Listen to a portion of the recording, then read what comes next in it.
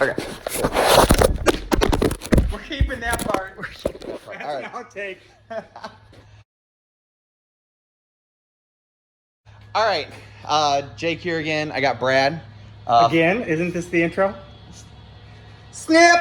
Jake here again. I'm with Brad, welder, fabricator extraordinaire, up here in the great state of Wisconsin. That's me. Yeah. So today we got to finish up some more welding.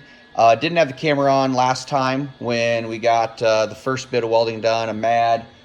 Was that like 18 hours of almost straight welding and like a few hours of sleep. We got a lot done, but we got everything. We're going to get everything finished up today.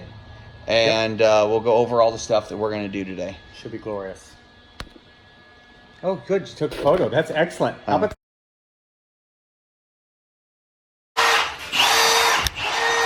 Okay, so the seat belt nut is stuck on the end of the seat belt, and vice grips isn't great. So we backed the tracker up so we could get it to the vise. Speaking of which, are these more? Why not? Are these more to your liking? Does that qualify as good enough for the tracker? I think the nuts are shiny enough for me, Brad. You're done polishing them. It was painful. What the? First time using a socket. This one. This is like a Harbor Freight. All right, ready for the epic fail with this spins in the vise? I think we need more lube, more penetrating lube. Right there. All right. Might have to heat and beat. We've got the torch. We can do that. Let's see you break it loose first. Something's. Okay. You know what? Here, let's go down below here. Let's get yourself some leverage. A pipe? Like that pipe right there. I don't know if I need a pipe. I'm already going to break something here. Well, don't you remember leverage is always the key. Oh, whoa. Something moved. I think I'm yielding the bolt though. It looks okay. Oh, it's spinning. Don't you remember the Chrysler Laser? Leverage is always the key. Oh, yeah. Especially when you're dealing with throttle body sensors. Anyway. Is that I was removing? I don't remember that. We spun it right off. It stayed seized in the head. I remember that. I guess 4 foot of pipe was a little excessive for that. But yeah, it looks like this is going to come out well, somewhat decent. How's that? Ew. That doesn't look so hot. We need those threads. Can we wire wheel those and clean them up and be good? No, those threads are kind of, yeah. Well, let's take a look at it and see what we come up with.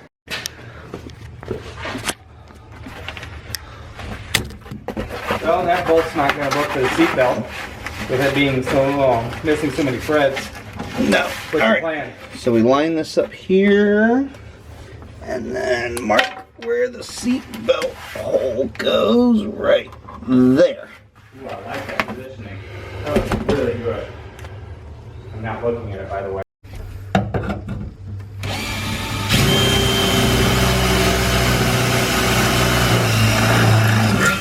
We should have gotten sharper drill bits. Just gonna step drill those out to about an inch and an eighth for a hopeful.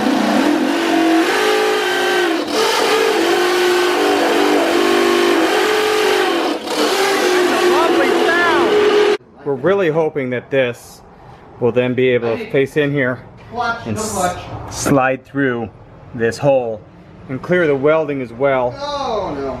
So that can sit in and I can weld it from both sides. And we've got a nice smooth surface. There we go. So we got that cleaned off, got the rust cleaned off, so when I come back in there and weld it, that will be good. Let's write it on this baby and I'll hold it. This is PG and we're going to keep it that way. Write it on. I was actually talking to the camera. The camera cares. Okay, there we go. And then I can hold it like this while you tack it. Okay, sounds good. Let's see if you can't light your camera on fire. Or my hand. I'd much rather light your camera on fire. Last person I set on fire was... Clean off the sheet metal around it too? What's that? Oh, that's yeah, what you did. that's what I just did. Yeah, and I'm really hopeful that if I set you on fire, it's something along the lines of what I did to Kurt, and I can smack you in the other regions as well. You're on fire! Those are my nuts. Yeah, well, you'll get over it. Do you want my sleeves? No, I don't need sleeves. It got on my fingers. I'll just hold the bolt. There's another pair of gloves around here someplace. Yeah, that'd be smart, but... Alright, I turned the welder down too. It was on for when I was welding the Bobcat the other day. Hot. Okay, we're good.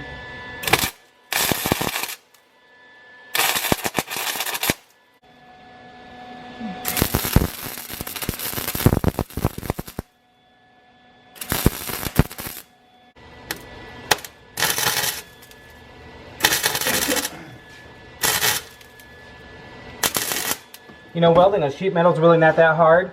Welding on rusted sheet metal, yeah, that's a little bit of a different thing. Is that rusted up there? No, but you're fired. Oh. Yep. Fire.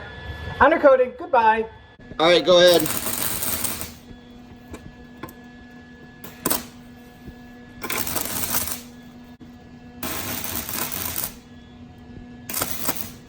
So it's acting like a backer plate to keep it from burning through, but allowing you to weld the gap. Okay. And we got another fire. Yep, we got another fire. Oh, that's shocking. Hold on. Okay, I can't start it because you're blowing it out all. we're good. And it's on fire again. You want to just spray the interior down with water and hope for the best? Nah, we'll just keep going. It's burning up. It won't get the gas tank.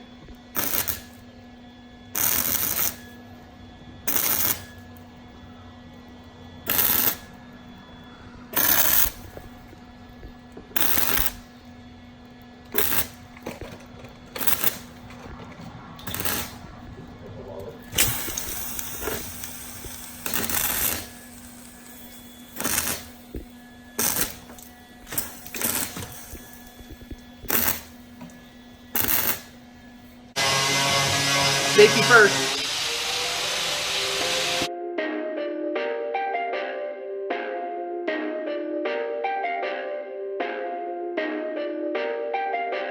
Perfect.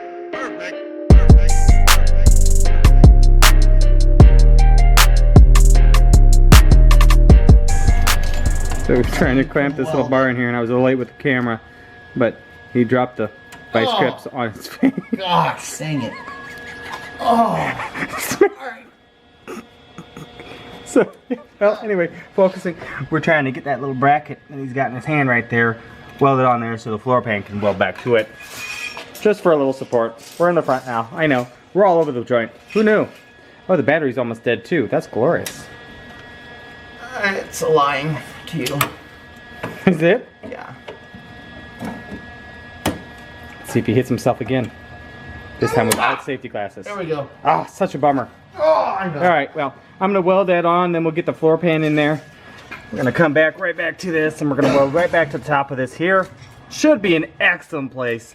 Nothing like a little metal stud from a wall that retrofitted to fit in there, huh? So, okay, see you in a minute. We need one more piece for that front area there. So he's going to clean this one up nice, and we'll have a nice piece to finish the rest of that rail out, which is right about here. Don't worry about the galvanization, or? There it is. There, you can clean it up a little bit, but I wouldn't worry about it too much. We just need to, he wants to fill that gap. Because he's anal. Shh, don't tell him. So we're gonna stick that in there, and then it'll be good enough Here's that the flappy wheel. 500-pound person can. Flappy wheel. 500-pound person can jump on it. So, see you when we're doing that again. Not going anywhere now.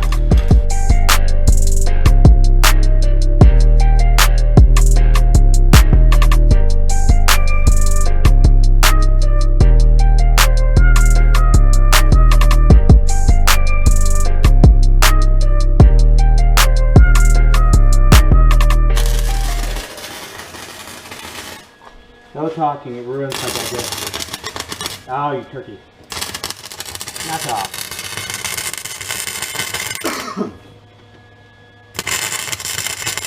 See if you can't weld the biceps right through it as well. Did we not grind off enough of the...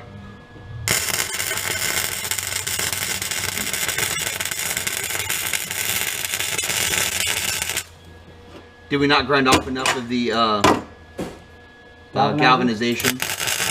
Maybe that was it. Yeah, you can see it there in that color flame. Ow, don't tell me to look. That was really mean. Who told you to look? You go, so you can see it right there in that color flame. I go to look and you arced it. I thought you'd look in the video later. Oh no, I got one more thing to bump off here, but I'm...